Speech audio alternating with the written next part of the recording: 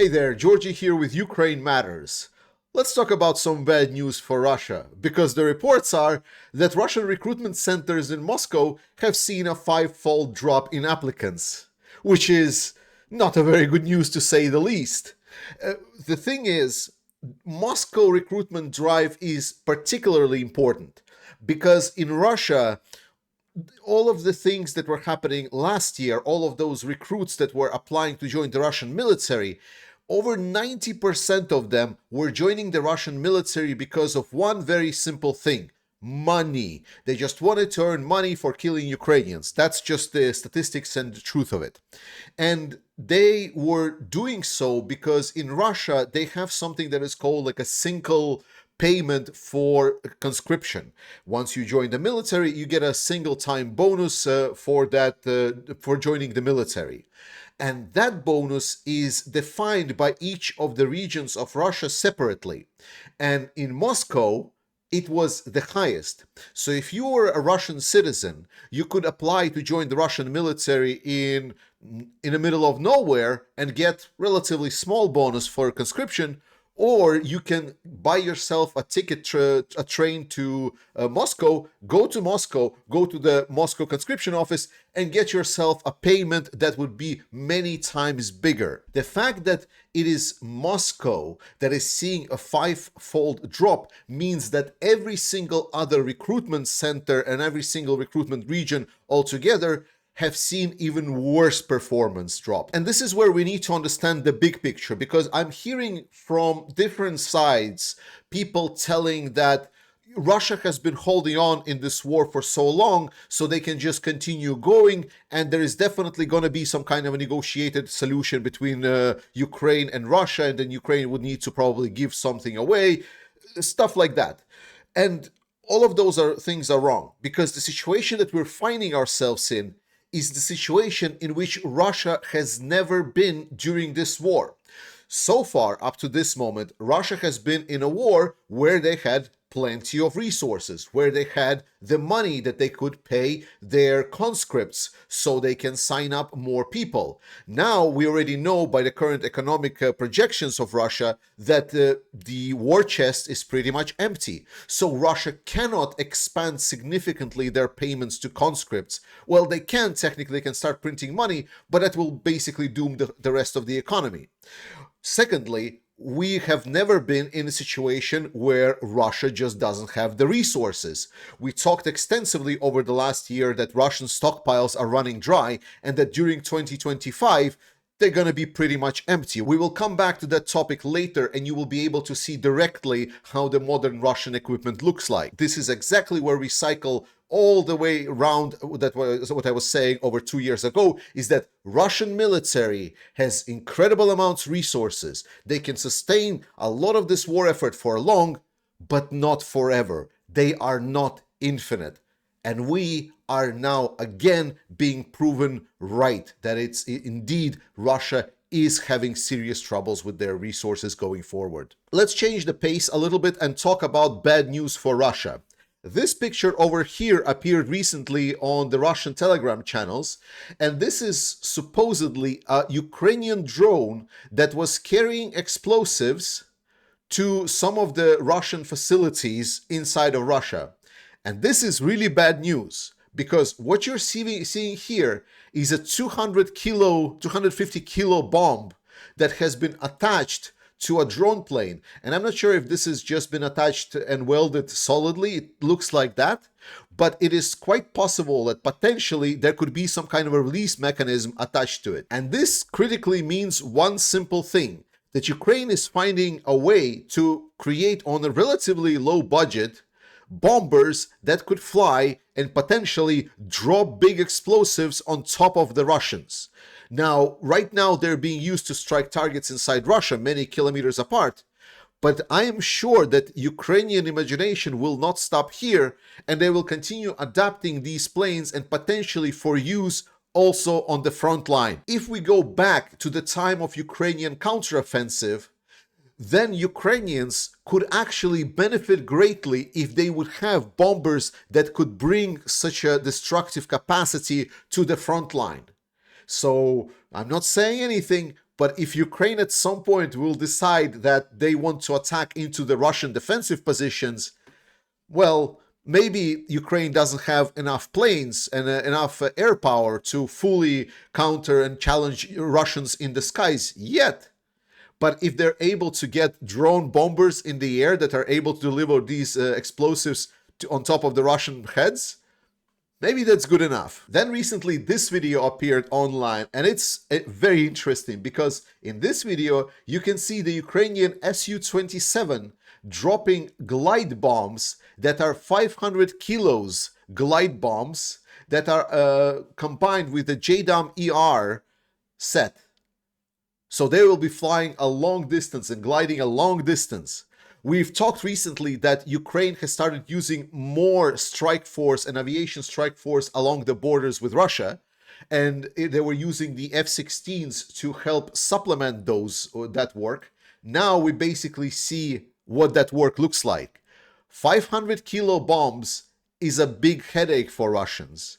If we talked about the problems that Ukrainians were having with the Russians using big glide bombs, it seems that Ukrainians have learned, adapted, and now it's going to be the Russians that are going to have certain troubles with big explosives coming their way. We have our data by the land occupied by Russia in January.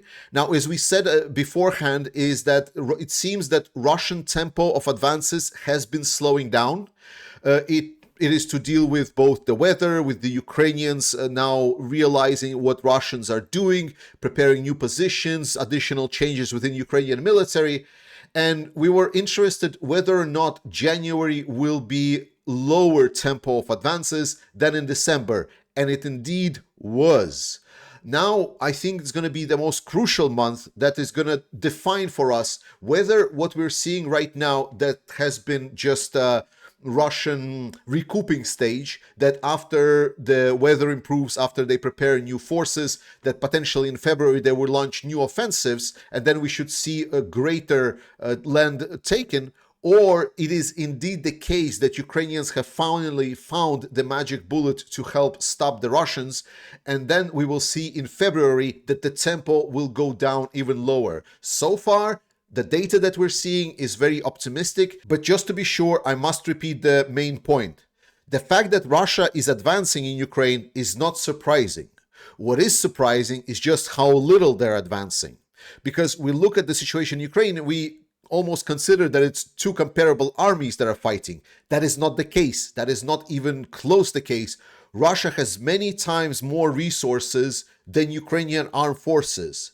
And if we would just judge it by what is on paper, then Russians should be rolling over Ukrainians already there and back again many times. But they're not, because Russian military is so shit. And we are now seeing that Ukrainians finally finding a way to fight that. But let's look at more data. And this one is to specifically counter the narratives that Ukraine is somehow able to fight the Russian drone threat worse now, because there's supposedly more reports that the Russian drones are flying over Ukraine. And we see that Russians have been increasing their drone output. They have been sending in general more drones. However, when we actually study the actual data, we see that a majority, absolute dominant majority of those drones are in a blue column, and those are being shut down. Then in green column, you can see those are dummy drones. Those are drones that are just flying there and they are posing no threat. And they're just trying to distract Ukrainians. And Ukrainians potentially have learned how to distinguish them. So they just allow them to fly because they're not going to be a threat to anyone. And then there are the red one, which is the reach the goals of drones. So the ones that are reach the targets. And you can see that in general, the percentage of the drones that increase compared to the total number of drones launched has actually been significantly smaller than beforehand if we compare it to the total number of launches. So no, data does not show that Ukraine has been doing worse in fighting drones. If you can just take the raw numbers about how many drones reach their targets, then just the number of strikes is about comparable. Then let's talk about the political track, because here we see certain statements that came out from Marco Rubio, the Secretary of State in US Trump's administration, and a lot of people obviously latched onto the fact that Ukraine needs to make some concessions. What he said, that there is not going to be some kind of win for Ukraine, and first and foremost, the fact that there's not going to be a win for Ukraine, I don't see how this is a change of policy from the Biden's administration. The only difference is that Rubio here is stating it out loud, whereas Biden, as we now learn when more and more information is coming of what Biden and Sullivan has been doing all this time, is like Ukraine is not supposed to win but not supposed to lose, to be honest, is very comparable to what the Biden administration has been doing so far. That is one thing. And secondly, guys, I want you to please do not lose the trust in the Ukrainian command, and Ukrainian armed forces, and President Zelensky and everyone. Because Ukraine has realized its own agency. Ukrainians have stated it very clearly that they see the war, where is it going and how is it going, extremely clearly. And they're operating also knowing that the US's help might not last forever. They know all of that. So do not dismiss Ukrainians. Do not take away their agency. Ukrainians are not some kind of puppets. Ukrainians understand it very clearly that some kind of bad negotiated solution with Russia should not even be considered, that it's just going to create a ruinous situation for Ukrainians. They understand that right now is their only chance to get their place in the world. So do not take away from the agency of Ukraine. Do not fall into the fact that there is like someone that is stating and talking at Ukraine how they should act. They will respond to them very firmly if that situation arises. So do not lose trust in Ukrainians. What instead we should focus on is our internal enemies in Europe specifically. These idiots like here, like obviously some Hungarians stating that, no, we should probably consider going back and trading with Russia. I extendedly talk about the fact that we still have a lot of people that are thinking that we can go back to the pre-February 2022 time. We are not going back to that world. That world is gone.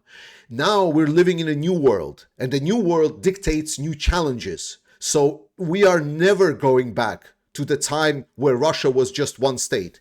Now it is an aggressive state. And my problem is that there is some German politicians as well that have been stating that potentially we should go back to some kind of trading with Russia. Because while we are discussing that we wanted to trade with Russia and do certain things, Russia, well, I mean, okay, we don't know if it was Russia that created an explosion, or how is it right now being stated as an accident at the Rheinmetall facility in, I believe it is in Spain. And I'm pretty sure that at some point we're going to find out, oh, there was an explosion at the military factory. Oh, probably it was actually Russia. But the point still stands. Things like these, they are not happening out of nothing. Russia is actively fighting us. So let us not delude ourselves that we can go back in time to the time where we had peace dividends and the world will just be rosy and nice and peaceful. That time is gone. For us in Europe, the challenges of self-identification. Do we just stay there and do nothing while Trump and Putin will decide the fate of Ukraine and Europe? Ukraine has found their agency. Have we did it the same in Europe? Then also very briefly countering some of the narratives, some people have been claiming that Chasiv Yar has already fallen to the Russians and fully taken by the Russians. No, it hasn't. So is the majority of the build-up urban area of the city has been taken, controlled by the Russians? Yes, but not all. There are still plenty of places where Ukrainians are resisting, plus this whole southern section, there is a very difficult terrain for Russians to fight in. So no, I specifically found this map that has the borders of Chasiv Yar. No, Chasiv Yar has not fallen to Russians. Please do not spread the panic, do not fall for the Russian narratives. And then already traditional part of the video is where we're looking into realities of the Russian unstoppable war machine, where we look at what the Russian military really is, because there's still plenty of people that are completely looking at these videos and saying, no, it can be right. And I'm going to show more and more of these videos just to make sure that we understand what exactly are the realities of the Russian military is, and that it is not a second world's strongest army, and it's most certainly can be defeated. Here are the servicemen, all with canes. Some have arm injuries, some leg injuries. I am deaf, also with a cane. Here I am. Here are the guys. They are sending all of us to war today, just like this. Another confirmation that Russia is sending the sick people to go fight the Ukrainians. Then we have this video over here where we're going to look into the mindset of the regular Russian civilian that doesn't want anything bad. And that civilian is complaining that unfortunately the country is not treating her husband quite well. Because, you know, her husband, he just went to go kill some Ukrainians for no apparent reason. And she's complaining that unfortunately he's not being supplemented with good enough conditions to kill Ukrainians, instead of considering that she could potentially protest the fact that, well, he's killing people. Our husband served under contract in the 177th Regiment of the Marine Corps. We don't see our husbands. They don't come home for leave. They go from one assault to another. They are not allowed to go home to their families and loved ones. They eat from garbage dumps. All the guys are in the rear. And some guys are just working to exhaustion. We completely understand that the guys are defending the homeland, but everyone needs to rest. He deserves this, and our command seems to mock the guys. 27 days about my husband. Nothing is known. According to the political officer, who gives different versions, he cannot be trusted. I am asking you for help. In Caspian, no authorities can restore order. I wrote to the prosecutor's office. I have appealed everywhere, but no one hears me anywhere. Other guys report in groups. You know, they all face one end. I am not ready to hear that the guys face one end. I want to fight for the guys. I want the guys to receive food, so the guys receive treatment, so that they can finally rest and not be expendable material. I am asking for your help. And then let's take a state at the Russian vehicles. There's going to be a detailed video here on how this vehicle is being built and what it consists of. I want you to pay attention to the build quality, and I want you to pay attention to the condition of everything that is happening around here. Because this is the state of the Russian military. It transformed a lot since it was the military in 2022. This is the state of the Russian military now, a couple of years later. If we continue supporting Ukraine further, this will degrade even more. Technical means for transporting personnel. Covered Yoso, covered on both sides, with sheet metal, with mining rubber on top. Logs are placed between the armored capsule and the outer grille on both sides.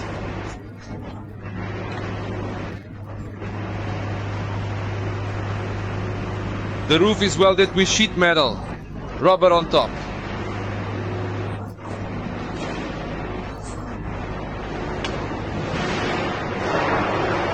Exit from the outer casing. 2 sheets with bricks in between. Walk create.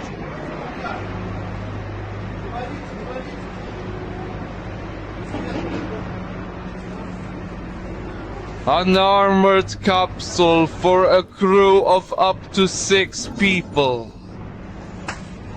Made from 2 sheets of metal, with bricks in between, lined with rubber inside.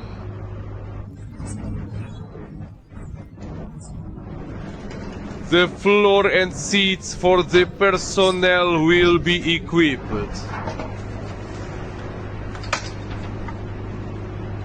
Those from the armored capsule in a similar way.